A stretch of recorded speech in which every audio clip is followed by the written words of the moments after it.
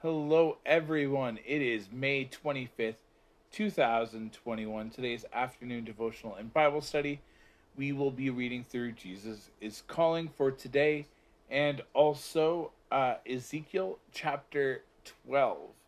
Um, you might notice that I'm sitting slightly differently. It's because I'm icing my knee and I have it raised up a little bit.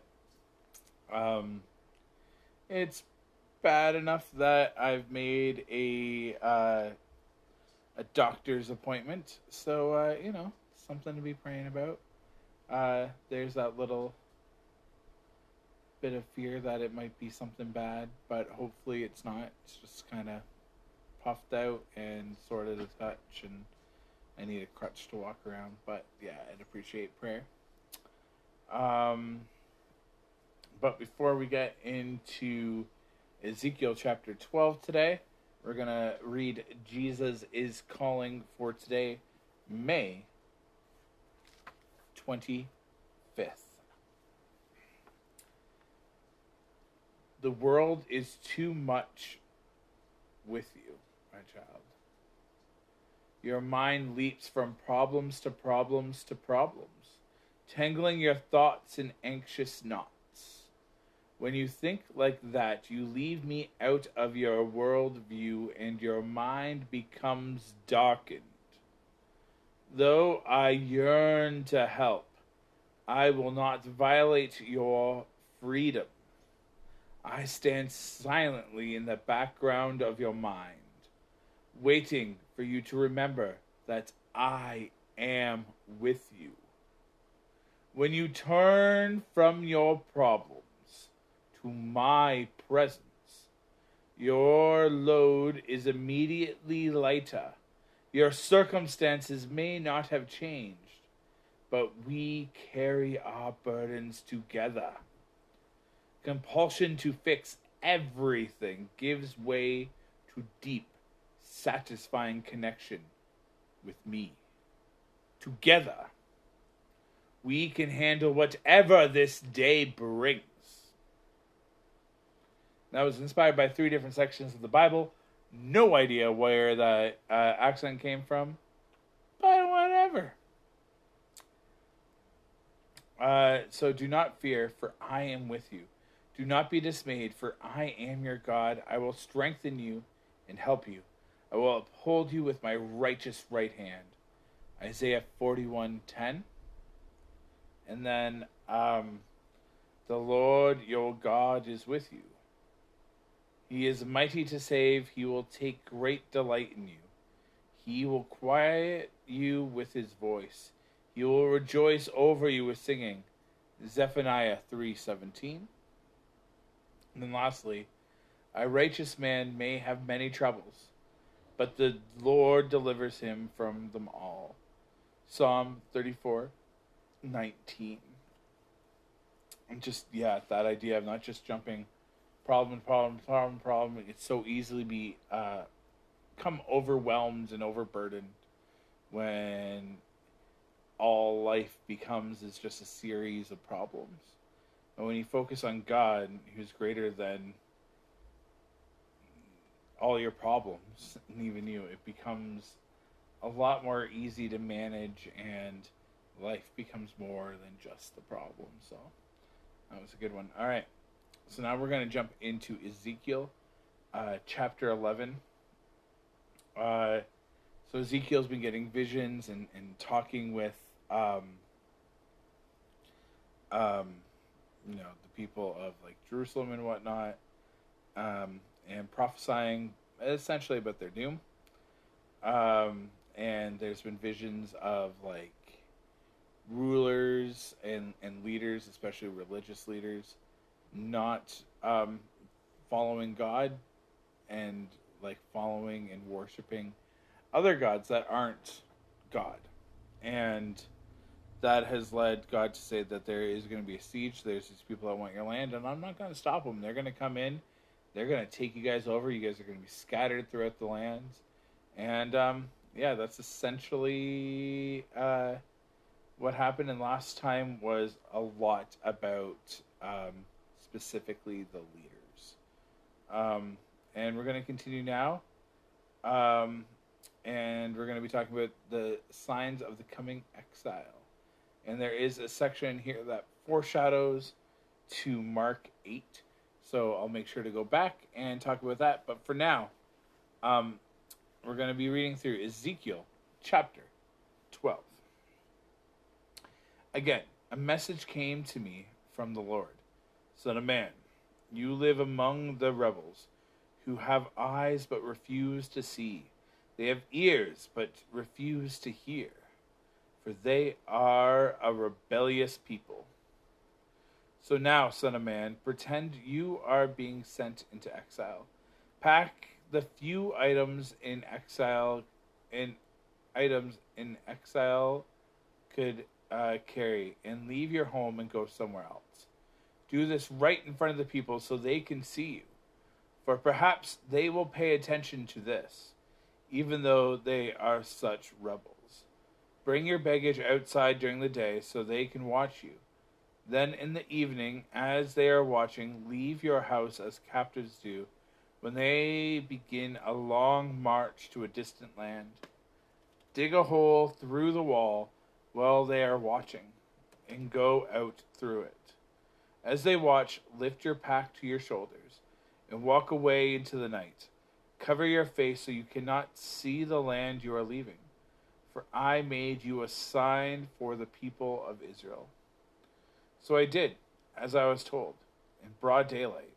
I brought my backpack outside, filled it with the things I might carry into exile. Then in the evening, while the people looked on, I dug through the wall with my hands, and went out into the night with my pack on my shoulders. The next morning, this message came to me from the Lord. Son of man, these rebels, the people of Israel, have asked you what all this means. Say to them, this is what the sovereign Lord says. These actions contain a message for King Ezekiel in Jerusalem and for all the people of Israel. Explain that your actions are a sign to show that you will soon have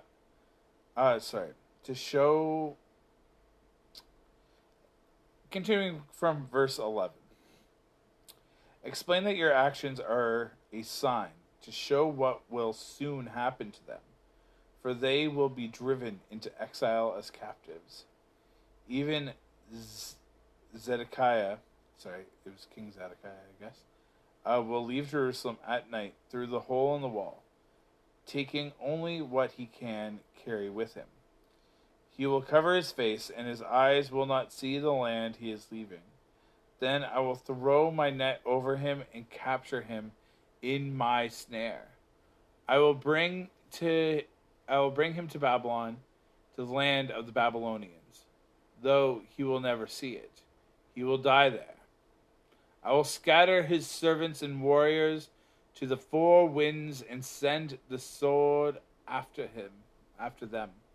And when I scatter them among the nations, they will know that I am the Lord. But I will spare a few of them from death by war, famine, or disease, so they can confess all their detestable sins to their captors. Then they will know that I am the Lord. Then the message came to me from the Lord. Son of man, tremble as you eat your food. Shake with fear as you drink your water. Tell people this is what the sovereign Lord says concerning those living in Israel and Jerusalem.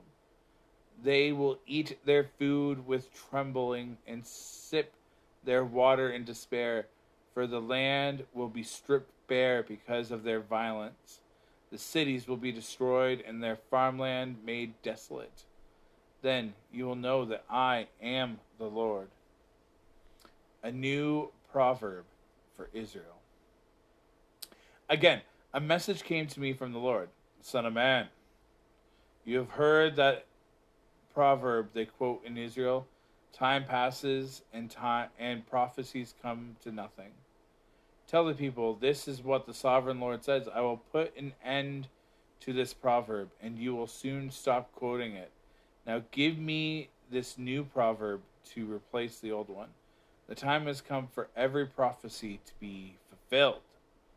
There will be no more false visions and flattering predictions in Israel. For I am the Lord. If I say it, it will happen. There will be no more delays, you rebels of Israel. I will fulfill my threat of destruction in your own lifetime. I, the sovereign Lord, have spoken. Then the message came to me from the Lord. Son of man, the people of Israel are saying, he's talking about a distant future. Sorry, when I flipped the page, I took 2 with me. The people will say, oh yes, he's just talking about a distant future. Future visions, the visions won't come true for a long time. Therefore, tell them, this is what the sovereign Lord says, no more delay. I will now do everything I have threatened. I, the Lord, have spoken. God add a blessing to the reading of his word. So a couple things in that I think are interesting. The first one is Ezekiel 12:2. Son of man, you are living among rebels who have eyes but refuse to see. They have ears but refuse to hear, for they are a rebellious people. The people of God are rebels who refuse to see the truth. Later, Jesus rebukes his disciples as they argue over who should have brought bread to eat. Why are you arguing about having no bread? Don't you know or understand yet? You have eyes, can't you see? You have ears, can't you hear? Don't you remember anything at all? Mark 8:16 to 18.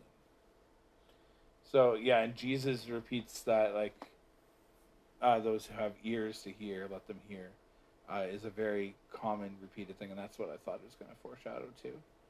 But it's like God's doing something amongst you, and you refuse to listen. And this old proverb that they had is, I thought was interesting. The whole the time. Oh wait,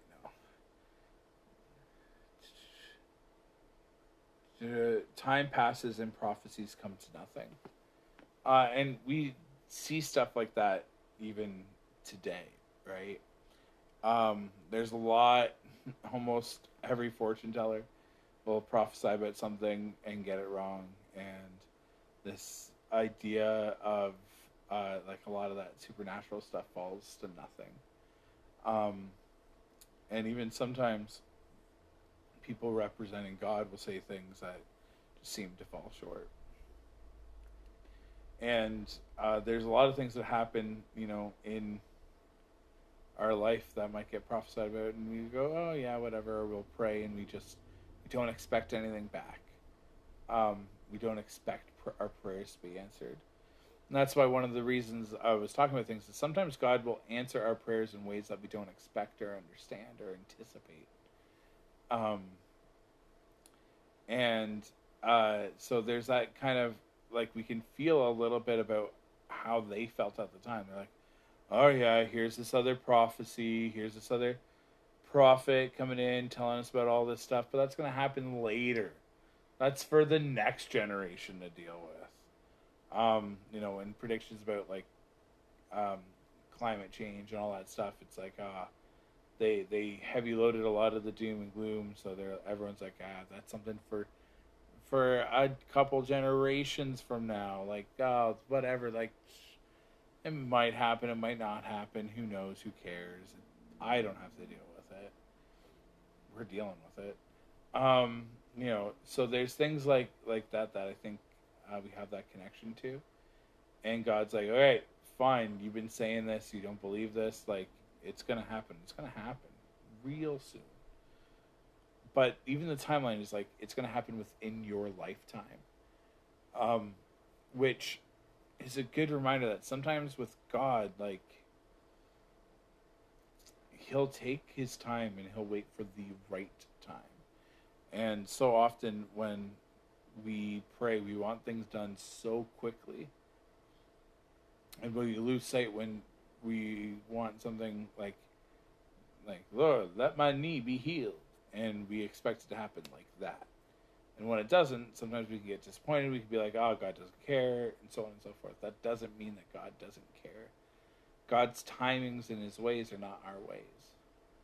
And sometimes things take some time, and sometimes he has a bigger plan on why this might not be happening. Or instead of this outward pain that you're getting fixated on, he might be more fixated on healing your spirit and your soul and your mind. Um, there's a lot of other ways and ways of approaching things that we might not think about. But also that idea of, the time has come for every prophecy to be fulfilled. The second that I read that, I thought of Jesus. Like, there's about 500 years between the last writings of the Old Testament and Jesus coming to be. And I think a lot of people grew weary waiting. And understandably, it was like 500 years. But, you can trust that God's going to do something. And when God's like, oh, it's going to happen in your lifetime, that's all right, that's going to happen, it's going to happen soon. And sometimes we get fixated on these end time prophecies, and we're so desperate to have the book of Revelations or something mean something and make sense. So we put over emphasis on stuff, and we'll like, the end is nigh. The end is going to end in 2012. The end of the world is going to be in this time and that time. And we get so fixated on these end time prophecies and when they don't come true, sometimes our faith can be shattered. And the Bible talks about not fixating on the time and the place. Like, Jesus actually asks us, hey, don't do this. Yet we, especially Christians, I know a lot of us, that get fixated on figuring that stuff out. And when it doesn't happen, we can be like, God, but all the evidence was here. And he's like, no, you were making evidence when there wasn't any. Like, you're not listening to what I'm saying. I'm saying don't fixate on that. And that's what you fixated on. You're not keeping my commands. And you're falling short. Sometimes these prophecies can end up being, they can make and break our faith sometimes. And they're really not worth it. But when God says he's going to do something, he's going to do something. When God says he's going to do something with you, he's going to do something with you in your lifetime. But it might not be how you expect. Let's pray. AJC, awesome Jesus Christ. The time has come for every prophecy to be fulfilled. It's exciting. It's nerve-wracking. It's scary.